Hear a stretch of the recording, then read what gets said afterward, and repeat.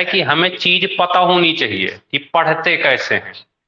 जैसे बहुत बच्चों के फोन आते हैं कि सर मैथ तो ठीक है, रीजनिंग भी सही है, कंप्यूटर भी कर ही लेंगे, पर जीके में समस्या है। जीके में तो जीके में कोई समस्या नहीं होती, आराम से हम चाहें तो 35, 40, 50 में दिल्ली पुलिस जैसे एग्जाम में करके आ सकते हैं। बस हमें क्या है कि सब्जेक्ट जैसे होते हैं, इतिहास है, भूगोल है, संविधान है, साइंस है, इको है, ऐसे सारे सब्जेक्ट हैं। तो आपके तैयार सब्जेक्ट क्यों नहीं होते? क्योंकि आप A to Z पढ़ते हो। जैसे अनुज भाई आज पहले दिन आया कोचिंग, और हमने कहा भाई हम संविधान पढ़ाएंगे। अनुज भाई हम पढ़ाएंगे आज संविधान। अब जब संविधान पढ़ाएंगे तो तुरंत दिमाग में एक फिगर बनता है कि शुरू से चलेंगे, यही होता है दिमाग में। तो इस चीज को हमें पहले हटा देना। अब देखो, हम ना शुरू से चलेंगे ना बाद से चलेंगे।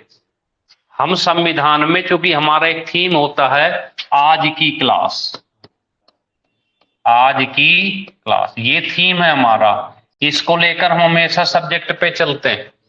तो मान लीजिए हमारी आज की क्लास में हमने एक थीम ले लिया, संविधान का केवल एक भाग ले लिए, भाग 17। तो बताइए आज का हमारा थीम क्या है? भाग 17। और हमें इस तरह से पढ़ना है कि भाग 17 से कोई भी क्वेश्चन आए कहीं से तो मिस नहीं होना चाहिए, और एक दिन में कंप्लीट हो जाना चाहिए। इसको कहते हैं बढ़े वाली जीके की तैयारी। अब भाग 17 में है क्या चीज, उस पर विचार करना है। तो भाग 17 हमारा है संविधान में भाषा से संबंध। किससे? भाषा से। और भाषा हमारी क्योंकि संविधान में लिखी हुई है, कहां लिखी हुई है? संविधान में लिखी हुई है। तो हमें यह भी पता रहे कि संविधान के भाग 17 में है, तो यहां पर आर्टिकल भी होंगे। तो आर्टिकल को कहते हैं अनुच्छेद। तो 343 से और 351 तक ये तो एक जानकारी हो गई कि भाग 17 में भाषा है। भाग 17 में भाषा है जो हमारे संविधान के आर्टिकल 343 से 351 तक रखी गई है। थोड़ा सा शुरुआत में चलते हैं। तो हमारे यहां दो शब्द हैं संजोग भाई, भाषा को संबंधित राष्ट्रभाषा और राजभाषा। कई बार यहां पे समस्या आती है कि संविधान में भाषा है कौन सी, राष्ट्रभाषा है या राजभाषा है? राष्ट्रभाषा है या राजभाषा? तो हमारे यहां जो लिखा गया है भाग 17 में, भाषा के लिए हमने राजभाषा का प्रयोग किया। किसका? राजभाषा। यानी प्रॉपर ये लिखा हुआ है, ये नहीं लिखा। क्या लिखा है? राजभाषा। क्या लिखा है? राजभाषा। जबकि अगर सबसे पहले हिंदी को राष्ट्रभाषा के रूप में अगर देखा जाए कि किसने प्रयोग करने की बात करी थी, तो यहां पर हम नाम दे सकते हैं गांधी जी का। सोचो, गांधी को भले हम भला बुरा कहते रहें, वो एक अलग कहानी। और ये आज की बात नहीं है, ये 1918 की बात। उस समय इन्होंने कहा था कि भैया एक काम करते हैं कि हम हिंदी को ही क्यों न राष्ट्रभाषा के रूप में प्रयोग करें। अगर एक क्वेश्चन आ जाए, कॉमन क्वेश्चन, कि विश्व की भाषा कौन सी है, विश्व की राष्ट्रभाषा, हिंदी तो राष्ट्रभाषा, हिंदी भारत की है ही है, लेकिन अगर विश्व के परिप्रेक्ष्य में आ जाए कि पूरे विश्व की राष्ट्रभाषा किसे आप मानोगे, हिंदी को, तब भी आप हिंदी को ही कहेंगे कि हिंदी भी पूरे विश्व की राष्ट्रभाषा, एक मान्यता के तौर पे। समझ रहे हैं बात? तो हमारा जो टॉपिक है वो क्लियर होना चाहिए। अगर क्लियर टॉपिक है, अब दूसरा क्वेश्चन आ जाए कि भाई बताओ हिंदी भाषा के जनक किसे कहेंगे आप? हिंदी भाषा के जनक, ये बिल्कुल बेसिक जानकारी। हिंदी भाषा के जनक भारतेंदु हरिश्चंद्र। भारतेंदु हरिश्चंद्र।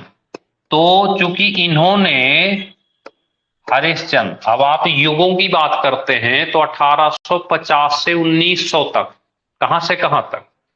1850 से 1900 तक, यानी 1865 अगर लिखे तो भी कोई बुराई नहीं होगी। 35 साल का जीवन काल इन्होंने हिंदी को एज ए भाषा के रूप में सबसे अच्छी भाषा के रूप में प्रदान किया।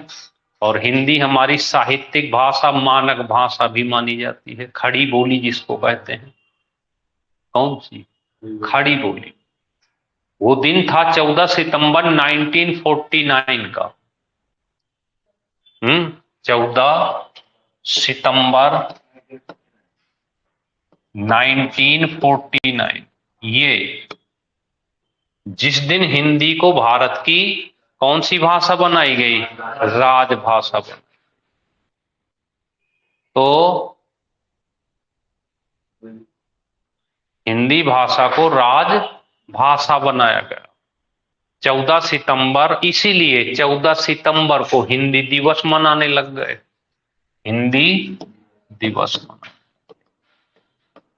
देखिए, सब्जेक्ट को तैयार करना बड़ी चीज नहीं है। अगर हम एक क्लास पूरा प्रॉपर कर दें, पूरा ये प्रॉपर क्लास, तो हमको लगता है कि संविधान के कम से कम इस भाग से आप पीसीएस भी दे के चले आना, एसआई भी दे के चले आना, तो कोई भी क्वेश्चन यहां से मिस नहीं होगा। बस 1 घंटे की क्लास के हो। तो अब सोचो कि 22 भाग को हर दिन अगर 1 घंटे एक चैप्टर पढ़ाया जाए तो 22 दिन में क्लियर। और ऐसा क्लियर कि कभी भूलें ना, ऐसा क्लियर हो जाए कि कभी भूलें ना। ठीक है। अब ये तो 14 सितंबर हिंदी दिवस जो भारत का हो गया। विश्व के संदर्भ में तो वो दिन था 10 जनवरी 1975। पहला सम्मेलन हुआ था नागपुर में। कब की बात है? 10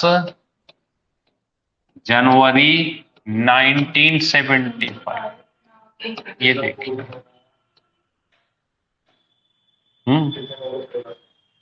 ये तो शुरुआत हुई थी, लेकिन अगर विश्व हिंदी दिवस की बात करने लग जाएं, किसकी? विश्व हिंदी दिवस की अगर बात करने लग जाएं, किसकी? विश्व हिंदी दिवस, तो हम 10 जनवरी को मनाने लग गए विश्व हिंदी दिवस। कब से?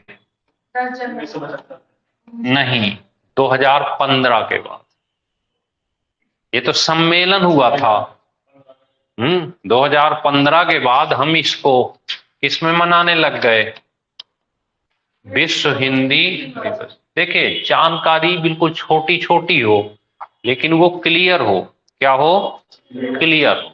अब बताओ, अगर हमें ये बेसिक जानकारी एकदम से क्लियर हो गई, 26 जनवरी 1950 को आप जानते हैं कि संविधान लागू हो गया। शुरू में 15 साल के लिए सारी लैंग्वेज को, फिर ये कहा गया कि 15 साल बाद हिंदी को ही विकसित करो, और सारी चीजें आपको दे दी गई। ये जो आर्टिकल लिखे हैं ना, यहां से यहां तक, अगर हम पूरे आर्टिकल A to Z तैयार कर लें तो हमें इस भाषा के बारे में हर चीज पता चल जाएगी। हमारे अपने अधिकार पता चल जाएंगे, सरकार के अधिकार पता चल जाएंगे, संसद के अधिकार पता चल जाएंगे, तो वो सारी चीज एकदम से क्लियर हो जाएगी। तो यहीं से इतनी ही चीज से कई क्वेश्चन बन जाते हैं? नहीं बन जाते। पहला क्वेश्चन बन जाता है कि बताओ हिंदी भारत की राजभाषा कब बनी? 14 सितंबर 1949 को। देखो, एक क्वेश्चन तो यहीं से बन गया। बन गया कि नहीं बन गया? दूसरा क्वेश्चन बन जाता है, बताओ भारत की राजभाषा संविधान के किस भाग में है? तो दूसरा क्वेश्चन भाई यहां से बन गया, भाग 17 में। तीसरा क्वेश्चन आपका बन जाता है कि बताओ भारतीय संविधान के किस आर्टिकल से किस आर्टिकल तक, अनुच्छेद तक हिंदी को भारत की भाषा के रूप में रखा गया? तो ये क्वेश्चन यहां भी दे सकते हो आप, 343 से 351 तक। समझ रहे हैं? इसके बाद फिर आपकी अगला क्वेश्चन बन जाता है कि बताओ हिंदी भाषा के जनक के रूप में किसे, पिता के रूप में किसे रखेंगे? तो आप रख सकते हैं भारतेंदु हरिश्चंद्र।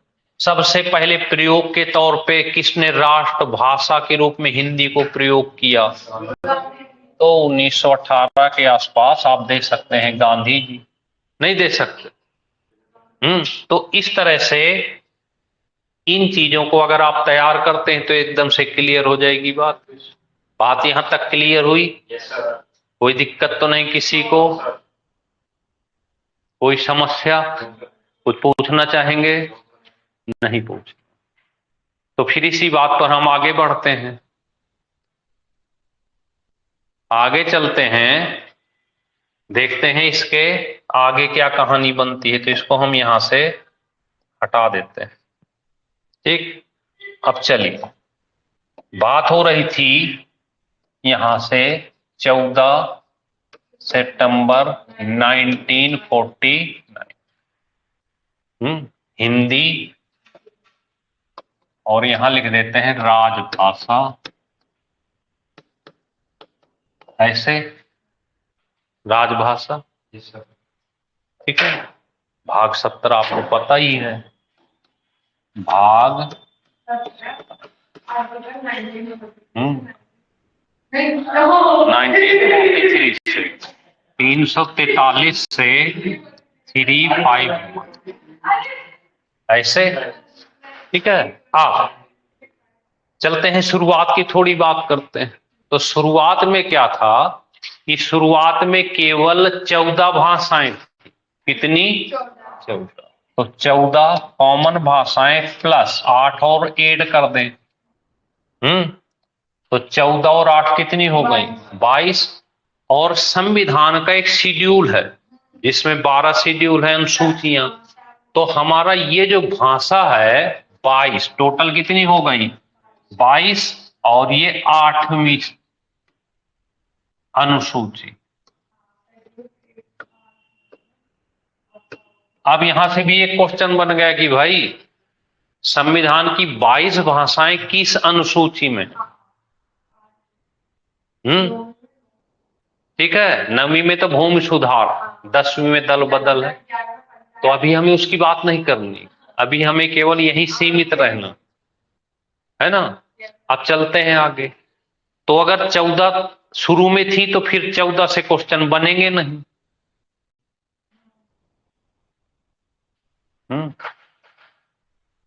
कहते ना स्मार्ट बनने का जमाना, तो स्मार्ट क्वेश्चन भी स्मार्ट ही होंगे। तो हमारे जो क्वेश्चन बनेंगे इन 8 से बनेंगे, नहीं बनेंगे। तो देखते हैं ये 8 आखिर कौन कौन सी है। तो अब हमको संविधान में संशोधन करना पड़ेगा। 8 जोड़े होंगे तो संविधान में संशोधन हुआ होगा। तो अब देखते हैं कि 8 ये कौन कौन सी और किस संशोधन से। तो अब आप लिखते चलना, ठीक है। तो सबसे पहला 21वां संशोधन, ये बहुत इंपॉर्टेंट है। 21वां संशोधन भाई ये हुआ था 1967। कब हुआ था? 1967। कब हुआ था? और यहां पर एक भाषा जोड़ी गई थी जिसे कहते हैं सिंधी। कौन सी? जिससे हिंदी बनी है, सिंधी, ठीक है। अब फिर इसके बाद दूसरा संशोधन किया गया। दूसरा संशोधन 71वां संशोधन, कौन सा?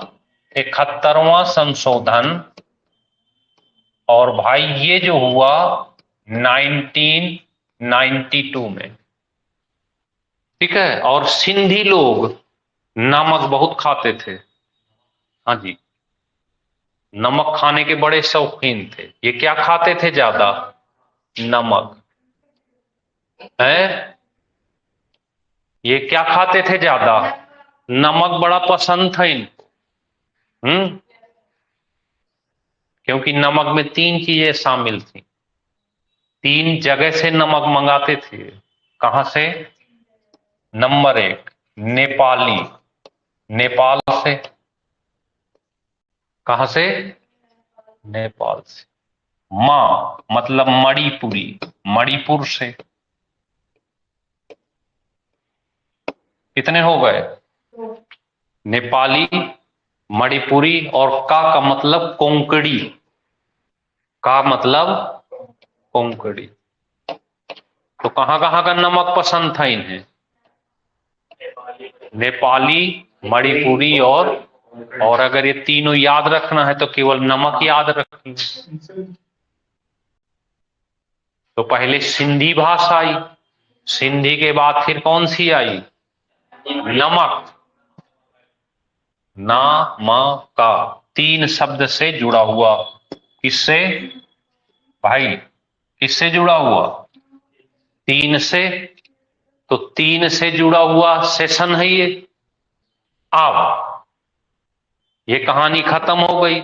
इसके बाद अब तक कितनी हो गई? 14, 15, 16, 17, 18, 4 और बच गई। और नमक खाने के बाद फिर एक अमेंडमेंट और होता है। कौन सा? 92वां, 92वां अमेंडमेंट ऑफ इंडियन कॉन्स्टिट्यूशन। 92वां संशोधन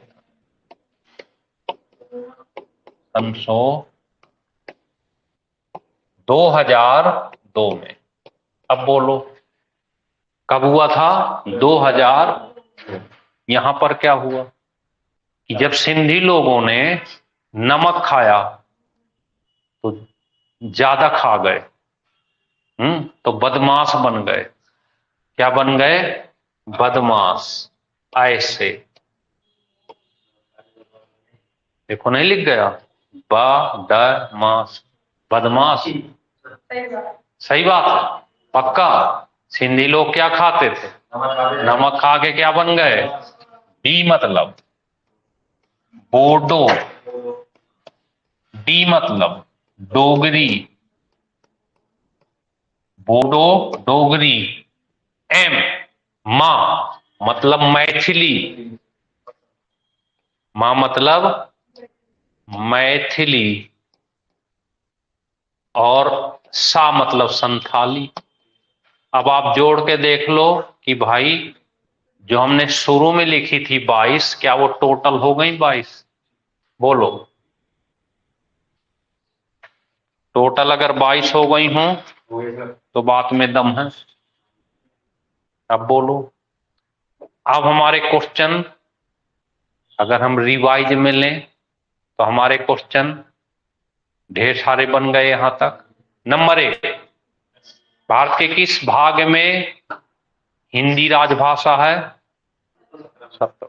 हिंदी भारत की राजभाषा कब बनी?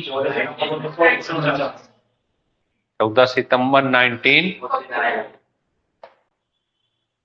हिंदी दिवस भारत में कब मनाया जाता है? 14 सितंबर। विश्व हिंदी दिवस सम्मेलन पहला कब हुआ था? विश्व हिंदी सम्मेलन? हाँ, 1975 नागपुर में। देखे कैसे क्वेश्चन निकल के आ रहे हैं। संविधान के किस आर्टिकल से किस आर्टिकल तक? 343 से 351 तक। देखे कैसे निकल। संविधान के शुरू में कितनी भाषाएं थी? 15वीं भाषा कौन सी जुड़ी? संधि नहीं, सिंधी। सिंधी, सिंधिया परिवार की सिंधी। अमेंडमेंट कौन सा था? 21वां, 1967। फिर सिंधी नमक खाते थे ज्यादा, तो वो नमक वाला संशोधन कब हुआ था?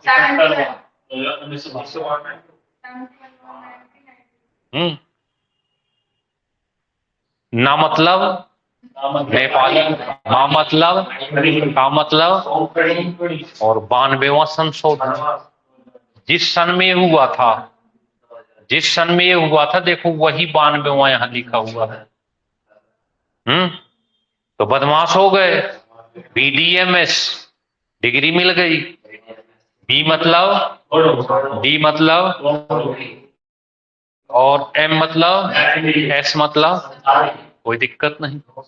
क्लियर हो गई बात यहां तक एकदम से, ये भी चीजें क्लियर हो गई। अब थोड़ी और आगे बढ़ लेते हैं। कहीं ऐसा हो गया, धोखा पड़ गया कि इसको हम यहां से हटा देते हैं। अब आपसे एक एक लाइन में, भारतीय बोर्ड है भाई, कुछ भी कर सकता है, तो अगर एक एक लाइन में यहां से शुरुआत करता, नहीं कर सकता था। अनुच्छेद 343 पहला आर्टिकल है, जैसे निर्वाचन एक दिन हमने तैयार किया था, आज तक आप भूले नहीं हो, है? तो अब हमारा है हिंदी।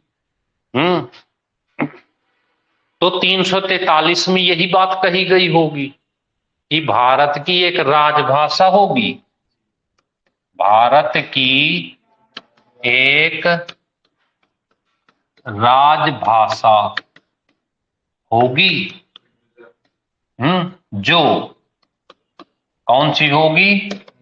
हिंदी होगी।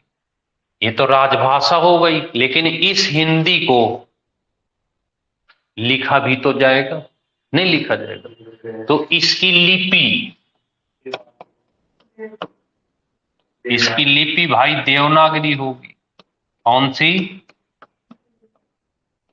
देवनागरी हो, नहीं हो सकती। तो आर्टिकल 343 क्या कहता है?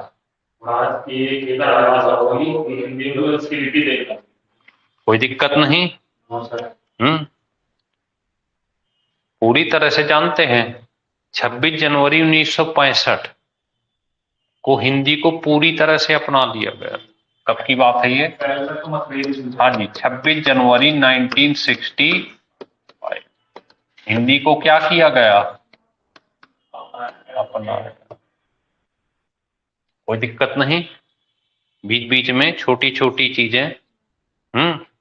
और 2015 के बाद, 2015 के बाद हम 10 जनवरी को, 10 जनवरी को किसके रूप में मनाने लग गए? विश्व हिंदी दिवस। यहां भी कोई आपत्ति नहीं। तो 343 आर्टिकल क्या कहता है भाई? भारत की राजभाषा होगी हिंदी, इसकी लिपि। अब चलते हैं 344। कोई दिक्कत नहीं। राजभाषा की संसद का जो समिति वगैरह होती हैं या आयोग वगैरह होते हैं, यहां पे हम राजभाषा से रिलेटेड कर दें किसको? संसद, आयोग और समिति से।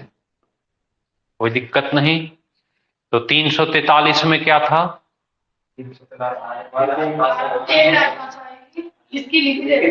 और 44 में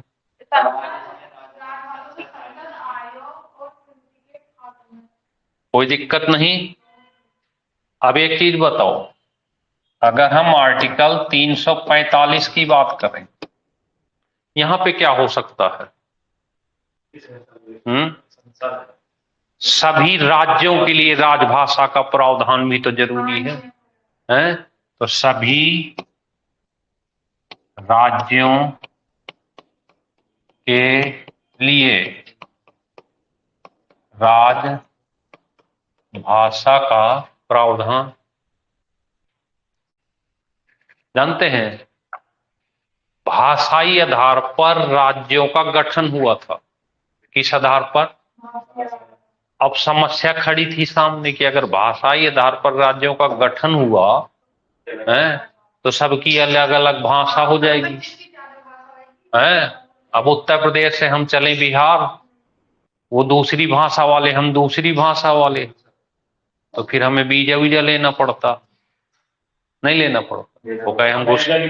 वो कहे कि हम घुसने नहीं देंगे, तुम यार हिंदी वाले, हम बिहारी वाले हैं, भोजपुरी वाले, हम कैसे आए, नहीं जाने देंगे। हाँ, तो फिर एक बात आ गई सामने की चलो कोई बात नहीं, आप चिंता ना करो। 1953 में एक स्टेट बनाया ही गया था, आंध्र प्रदेश। 1956 में भाषाई आधार पर राज्यों का गठन हुआ और अध्यक्ष फजल अली बने। कोई दिक्कत, फजल अली है?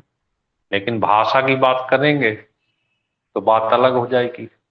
खेर, बीजी खेर, भाषा आयोग के अध्यक्ष कौन थे?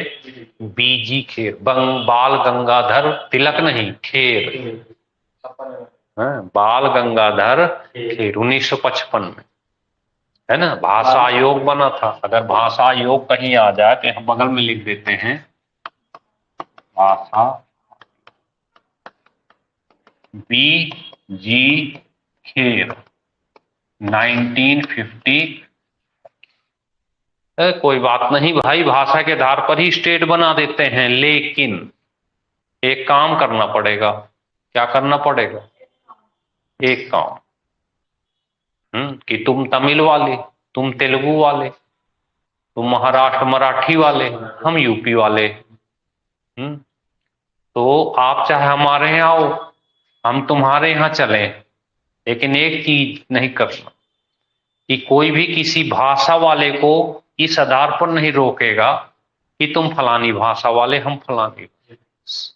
सबकी भाषा का पूरा अपनी भाषा की तरह सम्मान दिया जाएगा, तो कोई दिक्कत नहीं है, भाषा के आधार पर बना लेते हैं।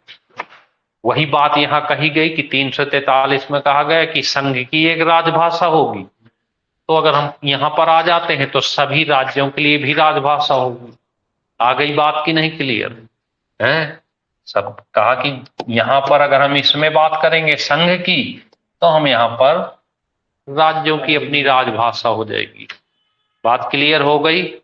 अब चलते हैं, अब जो हम अभी तक आपको समझाना चाह रहे थे, 346 समस्या खड़ी। समस्या क्या खड़ी है कि आप तमिल वाले, हम हिंदी वाले, पहुंच गए आपके पास, आप तमिल बोल रहे हो, हम हिंदी बोल रहे हैं, बात कैसे बनेगी? हम कहेंगे रोटी दे दो अपनी भाषा में, तो वो कुछ और लाके पकड़ा देगा, दिक्कत खड़ी है। तो इस कंडीशन में दो या दो से ज्यादा राज्यों के बीच कोई संपर्क भाषा हो जाए, जिससे हम एक दूसरे से बातचीत कर सकें और मिल सकें। ठीक है, तो यहां पे हम लिख सकते हैं कि दो या दो से अधिक राज्यों, या संघ भी लिख सकते हैं, नहीं लिख सकते, संघ के बीच संपर्क भाषा।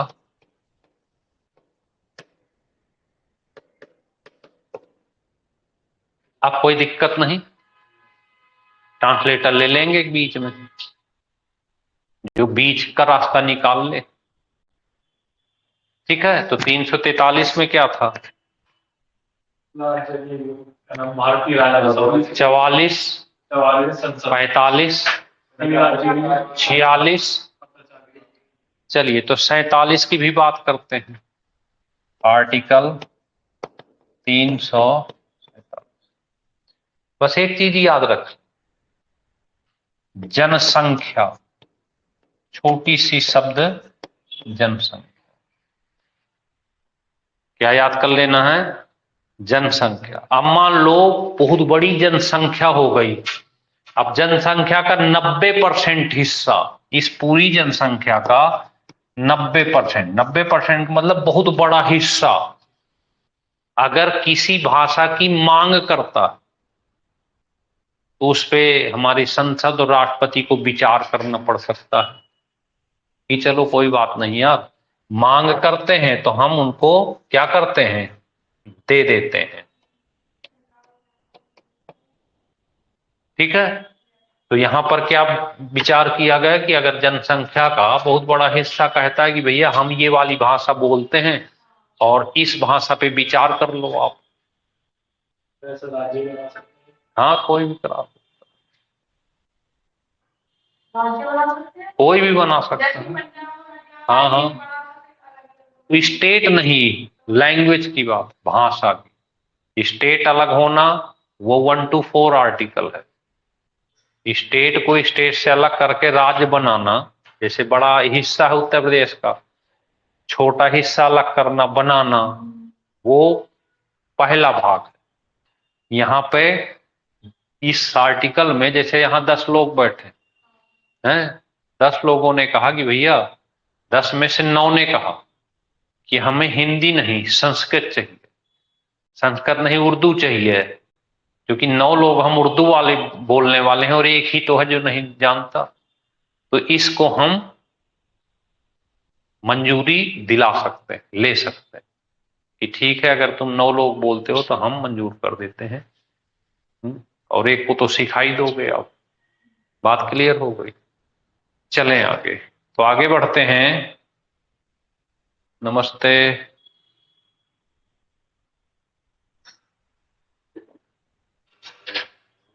चलिए तो आते हैं फिर, इसके बाद कौन सा आर्टिकल हो जाएगा भाई? 48, अनुच्छेद 348। देखो, एक दिन की 1 घंटे की क्लास, अभी देखो आधे घंटे हुए हैं मात्र। 1 घंटे में हम जिम्मेदारी लेते हैं पूरी क्लास को खत्म करेंगे और फिर इसके बाद केवल एक ही चीज कराते हैं, एक टेस्ट। फिर दुनिया का कोई भी एग्जाम देने जाओ तो कम से कम यहां से तो नहीं गलत होंगे क्वेश्चन।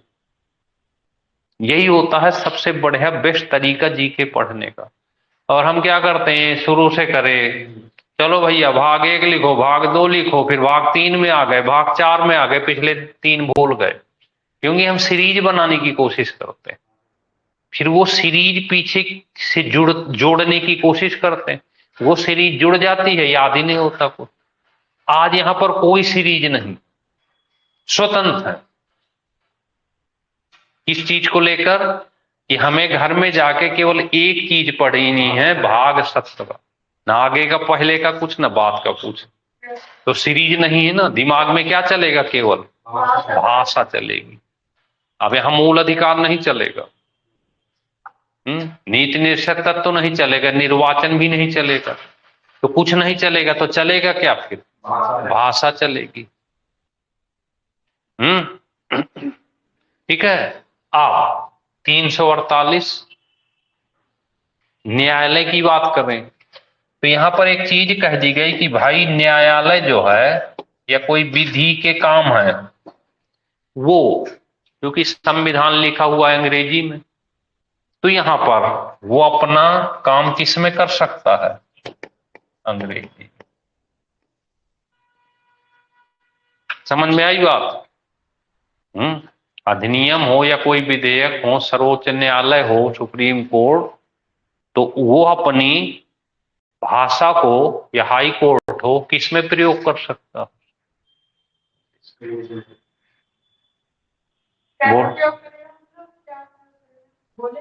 बोलेगा, डिसीजन देगा, इंग्लिश में लिखेगा, सब चीज करेगा। चाहे तो हिंदी में दे दे, पर बात नहीं कर सकते आप, इन्हें हिंदी में देना पड़ेगा। जैसे सुप्रीम कोर्ट में जज है, इंग्लिश बोलते हैं। हाँ। और जो एडवोकेट जो वकालत कर रहे हैं हिंदी बोलते हैं। हाँ। उन्हें इंग्लिश समझ नहीं आता। हाँ, तो फिर क्या होगा? जज फ्री है, सुप्रीम कोर्ट बिल्कुल बोल, एडवोकेट फ्री है वो, उसे आप बात नहीं कर सकते। हाँ, तो अगर बात करोगे तो कहेगा कि ऐसा करो, हिंदी में संविधान लिख दो, संविधान हिंदी में लिख दो, हम डिसीजन हिंदी में देने लग जाएंगे। हाँ, कहेगा ही। जज जो बैठा है, अगर वकील हिंदी में बोल रहा है तो जज पूरे पावर के साथ कह सकता है कि बेटा ऐसा करो, तुम निकल लो यहां से। हाँ, बिल्कुल बोलते हैं। LLB में हिंदी में बोल रहे हैं। जज के ऊपर। हाँ, वो तो जज के ऊपर है ना। हाँ, हिंदी तुम्हें तो दे सकता है, लेकिन वो अगर इंग्लिश वाला है तो वो आपको कह सकता है कि बेटा इंग्लिश सीख। जैसे आप कहीं विदेश में जाते हो पढ़ने, तो जब विदेश में जाते हो तो पहले वहां पे विदेशी पढ़ाई पढ़नी पड़ेगी, लैंग्वेज, भाषा, तब उस कोर्स को कर पाओगे आप। नहीं तो वो कह देगा रशियन आदमी, रशियन जब पढ़ने हो तो बेटा ऐसा कर, पहले रशियन सीख के आ। तो हाँ, जब आप वहां विदेशों में पढ़ाई करने जाते हो तो पहले 6 महीने 9 महीने उनकी भाषा सीखनी पड़ेगी, उस भाषा में पढ़ाई कर पाओगे आप। हमारे यहाँ की तरह नहीं, कोई भी चला है तो जिसमें मन करे उसी में कर। समझ रहे हैं? तो इसी तरह सुप्रीम कोर्ट में जब आप जाओगे वकील बन के, तो इंग्लिश देखो, अगर आप एडवोकेट हो और इंग्लिश बिल्कुल दूर दूर तक रिश्ता ही नहीं है, तो फिर आप डिसीजन को समझ ही नहीं पाओगे। चीजों को, संविधान तो पूरा इंग्लिश में लिखा है ना, तो कैसे समझोगे? फिर तो आप फोन से ट्रांसलेशन करोगे उसका, पहले ट्रांसलेट करोगे और ट्रांसलेट में पता चला उल्टा ट्रांसलेट कर दिया धोखे से किसी शब्द का, तो लटका दोगे किसी बेगुनाह को फांसी में। कहोगे जज साहब इसी ने मारा होगा। अब वो पता नहीं, हत्या, हत्या हिंदी में तो एक हत्या हो गई, पर इंग्लिश में कई तरह की हत्याएं हो गई। मर्डर हो गया, स्लॉटर हो गया, ऐसे ढेर सारे शब्द हो गए। तो कौन सी हत्या कराया है भैया इसने? सामूहिक कराया कि सिंगल मारा कि कैसे? तो यही तो है उसकी। हॉल में रहते रहते प्रैक्टिस करते करते वो देखो, एक चीज होती है, जब आप किसी क्षेत्र में जाते हो, जब आपका काम ही नहीं चलेगा तो मजबूरी आपको सिखा देती है। मजबूरी में सीखोगे ना, फिर क्या करो? तो डिग्री आपने ले रखी है, अब डिग्री लेने के बाद फिर मजबूरी में आपको सीखना ही पड़ेगा, तो वो सब सीख जाते हैं धीरे धीरे कर। तो इसी बात पर चलते हैं हम 349 आर्टिकल। तो यह बहुत ज्यादा नहीं है। यहां पर यह कहा गया था कि शुरुआती 15 साल में जो मन करे करो, 15 साल बाद हिंदी का विकास करो। आप हिंदी का क्या करें? विकास करें। टाइम भी दे दिया कि भाई चलो कोई बात नहीं, अभी देश स्वतंत्र हुआ है, अंग्रेजों के कब्जे में रहे तो बहुत लोग अंग्रेजी भी बोलते जानते हैं, हिंदी को लोग कम पसंद करते हैं, तो चलो कुछ दिन का टाइम दे देते हैं। धीरे धीरे फिर आगे चल के 10-15 साल बाद हिंदी का विकास करना, और उसी पे ज्यादातर, क्योंकि हमारा जितना लिटरेचर साहित्य सब हिंदी में ही चलता है, खड़ी बोली। और अंग्रेजी चूंकि आजकल की थोड़ा सा, हाँ, कम्युनिकेशन में ऐसी है कि स्मार्ट लैंग्वेज बन गई। मान लो हम गणित पढ़ाते हैं, ठीक है, अब हम किसी स्कूल में इंटरव्यू देने गए, तो हम तो भाई गणित के टीचर है ना, पर वो बात कर रहे हैं हमसे इंग्लिश में। तो जरूरी है कि जो मैथ का टीचर हो उसे इंग्लिश, मैथ वाली तो इंग्लिश आती होगी कि क्षेत्रफल को क्या कहते हैं, आयतन को क्या कहते हैं, प्रतिशत को, कि ये तो बढ़िया जानता होगा, पर ये जरूर नहीं कि वो स्मार्ट हो बोलने में। तो स्कूल वाला कहेगा कि यार इसे तो इंग्लिश ही नहीं आती, बोलना नहीं जानता है, पढ़ाएगा क्या बच्चों को? तो ये गलत चीज हो गई ना यहाँ पे, नहीं गलत हो गई? हाँ, तो इंग्लिश को क्या है, इंग्लिश जजमेंट की भाषा हो गई हमारे यहाँ। अगर इंग्लिश आप कुछ ना जानते हो और इंग्लिश स्पीकिंग आपकी अच्छी है तो आप सबसे सुपर हीरो हो। पता चले एक बेचारा हिंदी का टीचर बन के गया कॉलेज में कि हिंदी पढ़ाने जा रहा हूं, और उसका इंटरव्यू हो रहा है इंग्लिश में, अब बोलो है। तो ये हमारे यहाँ क्या है, इंग्लिश जो है ना फेम की लैंग्वेज। इंग्लिश है तो सब कुछ है, इंग्लिश नहीं है तो आप चाहे जितने बड़े विद्वान हो अपने सब्जेक्ट के, आप जीरो। इंग्लिश वाले को जल्दी नौकरी मिल जाएगी, है। मैथ वाला बेचारा और फिजिक्स केमिस्ट्री वाला घूमते रहेगा, उसे चाहे जितनी बढ़िया केमिस्ट्री फिजिक्स और मैथ आती हो, बस इंग्लिश के 4 शब्द बोलना जानता हो, तो वो सबसे सुपर लैंग्वेज वाला व्यक्ति। यही तो, और हमारे यहाँ क्या है ना कि इसी चीज की हीनता आ जाती है, हम अपने सब्जेक्ट को छिपा जाते हैं। अरे बहुत लोग हैं, जैसे देखो बड़े बड़े टीचर हैं, खान सर वगैरह जो पढ़ाते हैं, वो तो कभी इंग्लिश का शब्द ही नहीं यूज करते हैं। टोटल हिंदी, बढ़े वाली हिंदी यूज करते हैं। तो अगर हम डरे ना, भाई हमें नहीं आती इंग्लिश तो नहीं आती, हमारी राजभाषा हिंदी है, तो हम शान से कहें कि हम हिंदी भाषी हैं, क्या बात है। नहीं आती तो नहीं आती, और तुम्हें नहीं आती तो हम बोलेंगे, तो तुम समझो या मत समझो। जैसे मान लो मोदी जी गए कहीं, अटल बिहारी वाजपेयी गए यूएनओ में, जब नंबर आए 1980 की बात है, वहां सब अपनी अपनी भाषा बोल रहे थे। अटल जी ने कहा अरे हमें तो समझे नहीं आती कुछ, हम क्या करें, चलो हम भी अपनी भाषा बोलते हैं। लगे अपनी भाषा बोलने, उन्होंने कहा हमारी समझ में नहीं आती, तो तुम बोलते तो हमारी समझ में आती। अब जब हमारी समझ, हम तो कोशिश करते ना इधर उधर से पूछ के भैया क्या बोल रहा है। अब तुम भी तो, तुम्हारी परेशानी है, समझो चाहे मत समझो, हमारी अपनी भाषा में क्यों नहीं बोलेंगे। तो साहस चाहिए उसके लिए, नहीं चाहिए, बहुत साहस चाहिए कि आप 10 लोगों के बीच में, हाँ, अपनी भाषा को रिप्रेजेंट करना, तो अपनी भाषा को वहां पे प्रेजेंट करना है, तो उसके लिए जिगर चाहिए। तो ऐसे भी हमारे राजनेता रहे हैं जो बड़े हिम्मती रहे, और उसके बाद फिर देखो अब तो मोदी जी हिंदी में बोलते हैं हर जगह। तो कहते हैं तुम समझो चाहे ना समझो, अमेरिका भी चलेंगे तो हिंदी में बोलेंगे, रसिया चलेंगे तो हिंदी में बोलेंगे, तो क्यों ना बोले। जब दुनिया अपनी भाषा का प्रचार कर रही है तो हम क्यों ना करें। समझ में आए? ये चलते हैं 350। तो बाहर लिखा हुआ होगा हिंदी का, देश में हिंदी। अब देखो इतनी देर हमने बात करी है, तो 21 आर्टिकल के तहत नहीं नहीं 50, आर्टिकल 350, इतनी देर हमने जो बात करी, यहां लिख दें अनुच्छेद 350, यही है वो आर्टिकल। 350 में कहा जाता है याचना की भाषा। किसकी? याचना की, यानी हम जो चीज हम जानते हैं, ठीक है, तो ये आर्टिकल अधिकार देता है कि जो भाषा आप जानते हो उसमें आप उस चीज को प्रस्तुत कर सकते हो। कोई समझे ना समझे, भाई आप दूसरी भाषा जानते ही नहीं हो, तो हमारा यह अधिकार है कि हम अपनी चीज को किस में प्रस्तुत करें, अपनी भाषा में। ठीक है, और थोड़ा सा और इसी में एक आर्टिकल जोड़ लेते हैं, 350A, इसको लिख लो, इंपॉर्टेंट है 350A।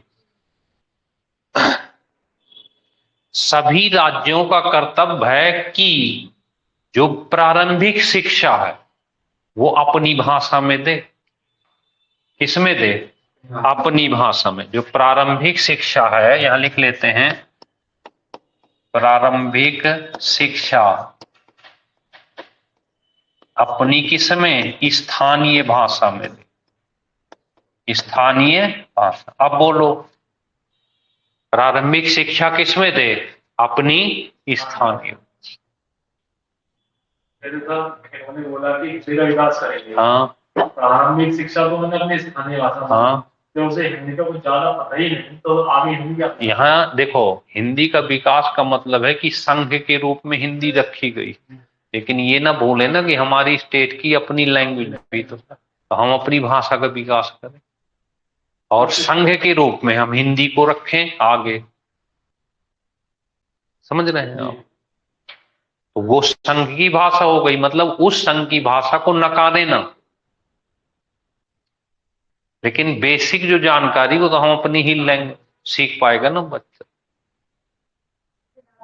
अब देखो, हम क्या है कि अब जैसे मेडिकल की किताब है, अब एक हिंदी भाषी लड़का मेडिकल की तैयारी कर रहा है, अब वो तो बेचारा हिंदी से जन्म लिया, हिंदी ही बोल के जा रहा है, आगे चल रहा है मेडिकल की तैयारी करने। अब मेडिकल की सारी किताबें अंग्रेजी में लिखी, तो उसे तो पहले तो 80% अपना जो स्टेमिना है उसे ट्रांसलेशन करने में लगाना पड़ेगा। पहले तो ट्रांसलेट करेगा ना अपनी भाषा में कि अरे इसका मतलब क्या है, तो जितनी एनर्जी है वो तो इसी में झोंक देता है। 20% एनर्जी बची वो मेडिकल में लगाएगा। फिर अगर उसकी वही किताब शुरू से ही उसकी अपनी भाषा में होती तो 100% उसी में काम करता कि नहीं करता, और एक एक चीज बिल्कुल क्लियर समझता है बात सही कि नहीं, समझ रहे हैं इस बात। तो 80% एनर्जी तो उस किताब को वो समझने में झोंक दिया है। और एक चीज बताओ, आपको एक्टिंग करने के लिए खड़ा कर दिया जाए कि आप एक्टर हो, एक फिल्म में काम करना, ठीक है, और एक डायलॉग दे दिया गया, उस डायलॉग को आप अपनी भाषा में अच्छा बोल पाएंगे या सीख के अच्छा बोल पाएंगे? अपनी भाषा में तो पूरा जो है चेहरा वेहरा हाव भाव सब बना लेंगे। आप फिल्मों में देखो, अमिताभ बच्चन जब बोलते हैं, हिंदी भाषी के हैं, तो जब हिंदी का डायलॉग आता है तो एकदम दबा के बोलते हैं, हाव भाव सब दिख जाता है। और वही जब विदेश से पढ़ के कोई व्यक्ति एक्टिंग करने आता है, हिंदी का डायलॉग दिया जाता है, तो वो बोल तो लेगा, सोनिया गांधी बोल तो लेंगी, पर वो भाव कहां से पाएंगी कि इसके पीछे जो भाव छिपा है वो दिखना चाहिए ना। पता चले डायलॉग में रोने का भाव है और उसने तो पढ़ के जैसे सुना दिया। तो सीखा हुआ व्यक्ति वो भाव कहां से पाएगा? भाव तो अपनी भाषा, जैसे हम लोग हिंदी बोलते हैं मान लो, अब हिंदी में तो बढ़िया वाला भाव, क्योंकि हमें शब्दों का अर्थ पता है ना, लचक पता है कि कहाँ कौन सा शब्द है शराबी की तरह बोलना है, कहाँ जो है उसको गुस्से में बोलना है एंग्री यंग मैन के रूप में, और कहाँ कौन सा शब्द हंसने वाला है, कौन सा रोने वाला।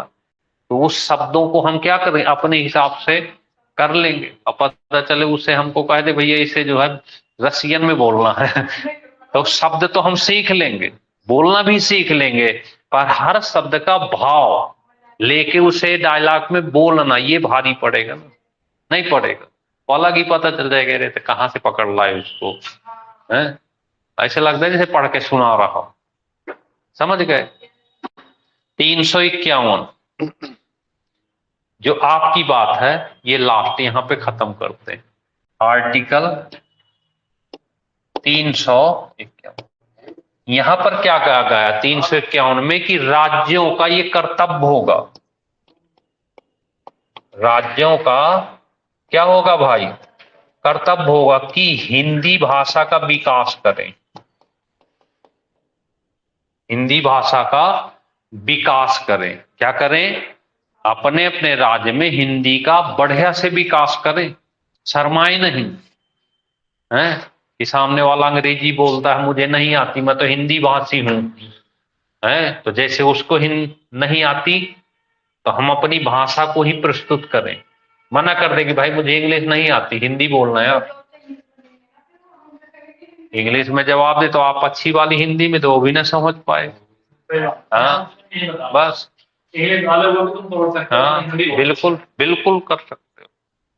हाँ एक बार छोटी सी कहानी बताते हैं। एक इंग्लिश मीडियम स्कूल था, एक हमारे साथ में थे, तो हम लोग पढ़ा करते थे, तो किसी का एडमिशन कराना था इंग्लिश मीडियम स्कूल। तो वो प्योर हिंदी का था, लेकिन बहुत अच्छी हिंदी बोलनी आती थी, एकदम साहित्यिक। गए तो प्रिंसिपल साहब से मिले, तो वो तो इंग्लिश मीडियम वाले, टोटल इंग्लिश, लेकिन उसने एक भी शब्द, उसने शुरू में कहा कि तो हिंदी भाषी, हिंदी आती, और इतनी बढ़िया वाली हिंदी बोला कि वहां के प्रिंसिपल 10 मिनट सुनती रही उसके शब्दों, और बाद में इतनी बढ़िया तालियां बजाएं कि ये है मतलब हमारी हिंदी, जो हमें इसका 10% भी नहीं आती, और इतना मतलब खुश हुई। तो भाषा का इफेक्ट बहुत अच्छा है, अगर आप बहुत अच्छा शब्दों का प्रयोग करते हैं और बोलते हैं, और हिंदी में तो बहुत अच्छे शब्द हैं अगर बोली जाए।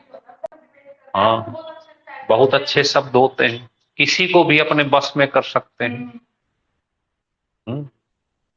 समझ गए? तो ये है इस तरह से पूरी आपका हिंदी का भाषा का एक क्लास। अब बताइए,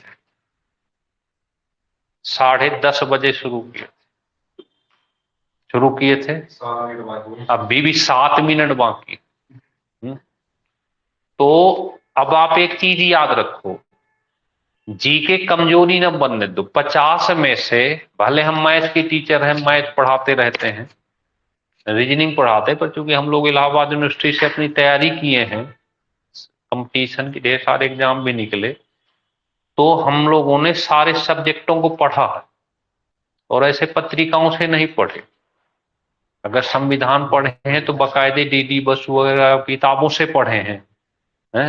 हिस्ट्री भी पढ़े हैं तो हिस्ट्री कोई पत्रिकाओं से नहीं पढ़े, किताबों से पढ़े। जैसे श्रीवास्तव हो गए, डॉक्टर हरिश्चंद्र हो गए, विपिन चंद्रा हो गए, ऐसी किताबों को हमने पढ़ रखा। तो पढ़े हैं तो वो चीज कहाँ जाएगी, चीजें तो पता ही है ना। तो सारे सब्जेक्टों को किताबों को पढ़ा गया है, तो उन किताबों की जो चीजें हैं, ये तो है नहीं कि वो गायब हो गई। मान लो अगर पढ़ाना ही है तो जब खड़े होंगे तो सारी चीजें आएंगी ना दिमाग में, और उस पर टाइम दिया गया है। तो ये भी नहीं कि मतलब कोई 4 लाइन की पत्रिका पढ़ के और यहाँ पे खड़े हो गए। तो हर सब्जेक्ट पे पहले टाइम दिया गया है, और आज भी आदत है, पढ़ते रहते हैं बैठे खाली समय में।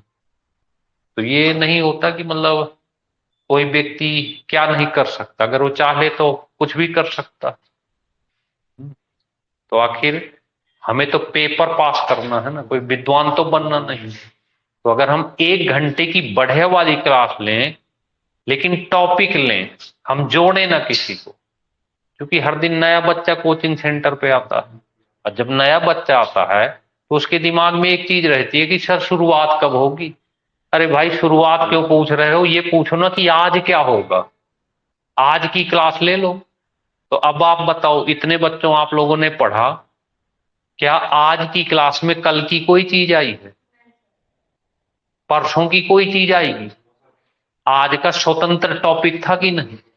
तो हम क्यों जोड़ रहे हैं पीछे आगे को? हमें पेपर पास करने के लिए, अगर हमें संविधान में मान लो एसआई देना, 15-16 क्वेश्चन आ रहे हैं मनीष भाई, तो हम संविधान को क्यों शुरू से अंत तक जोड़े जा रहे हैं? हम स्वतंत्र रूप से पढ़े ना, स्वतंत्र रूप से तैयारी करें और एक एक टॉपिक क्लियर कर लें। अब आप बताओ, यहां से पढ़ के जाओगे, हम तो मान नहीं सकते कि अगर आप घर में जाके और फोन ही उठा लो और फोन से 20-25 क्वेश्चन कर लो, किसके? भाषा के। आपको पता चल जाएगा कि यार आज सब ने जो चीज पढ़ाई, क्या चीज उसमें अलग हो रही है और क्या चीज हमने पढ़ रखा है। तो कोई चीज जुड़ी नहीं ना तो शुरू ना अंत। यही है बात हम हमेशा कहते हैं कि जी के अगर अच्छा करना है, चाहे आप पीसीएस की तैयारी कर रहे हो किसी की, आप अपने चीज को बांट लो, तो कम समय में बहुत अच्छा जीके कर सकते हो। आप 20 से 22 दिन में संविधान बढ़िया कर सकते हो, 15-16 सही करके आ जाओगे। बस आपको करना क्या है, क्लास को कंप्लीट करना है और उसका प्रयोग करना है। बस 10-50 क्वेश्चन टेस्ट के रूप में जरूर करो, तब ना प्रैक्टिकल कर पाओगे। पढ़ना अलग कहानी है, इसका प्रयोग कैसे होगा वो क्वेश्चन से पता चलेगा। यहीं पे हम मात खा जाते हैं। 1 घंटे हमने तो मेहनत करके पढ़ा दिया, पर आपके पास 1 घंटे का टाइम नहीं कि घर में जाकर लाओ 50 क्वेश्चन में टेस्ट के रूप में खोज के कर लेता हूं। आजकल फोन सबके हाथ में, कहीं ढूंढना भी नहीं है, आप उसमें सीधे बोल दो कि भैया भाषा संबंधित 50 प्रश्न दे दो, निकाल के दे देगा। आपको पता चल जाएगा कि हाँ ये चीज की कमी है। तो देखो 2 टॉपिक हमने बिल्कुल क्लियर कराए आपके, निर्वाचन और भाग 17, भाग 15, भाग 17 है। तो ऐसे हम बीच बीच से हमेशा लड़के को आदत भी डलवाते हैं कि भैया ऐसे ना करो, नहीं तो कभी ना तैयार कर पाओगे। टॉपिक क्लियर करो, आप आएगा तो क्वेश्चन टॉपिक से, टॉपिक क्लियर कर लें, अपने आप पूरा जुड़ जाएगा। जिस दिन आपके सारे टॉपिक क्लियर हो गए ना, तो चाहे कोई भाग 1 पूछे, भाग 2 पूछे, भाग 4, 15, 17, 20 कुछ भी पूछे, सबको आप क्या करोगे, जोड़ लोगे। इतनी सी कहानी, बात समझ में आई, क्लियर हो गया, कोई दिक्कत किसी को नहीं, तो बस ही बहुत है आपके लिए। ठीक, तो ऐसे तैयार करें और देखते हैं कैसे नहीं आप दिल्ली पुलिस और यूपी पुलिस और भले हम सब चीज पढ़ा लेते हैं अपनी ऑनलाइन क्लास में, 1.5 घंटे की क्लास में सारी चीज, लेकिन क्लियर करते हैं ना। ठीक, ऐसे ही कंप्यूटर, अब जैसे 10 क्वेश्चन कंप्यूटर आएगा दिल्ली में, हम गारंटी लेते हैं 8-9 सही कराएंगे आप। बस आप छोटी छोटी क्लास को रेगुलर मेंटेन कर लें। ये भी निकाला है, हैं, ये भी निकाला है, सब कुछ निकाल रखे हैं कुछ। ये तो आपने किया। ओके भाई, जय हिंद, बहुत है आज के लिए।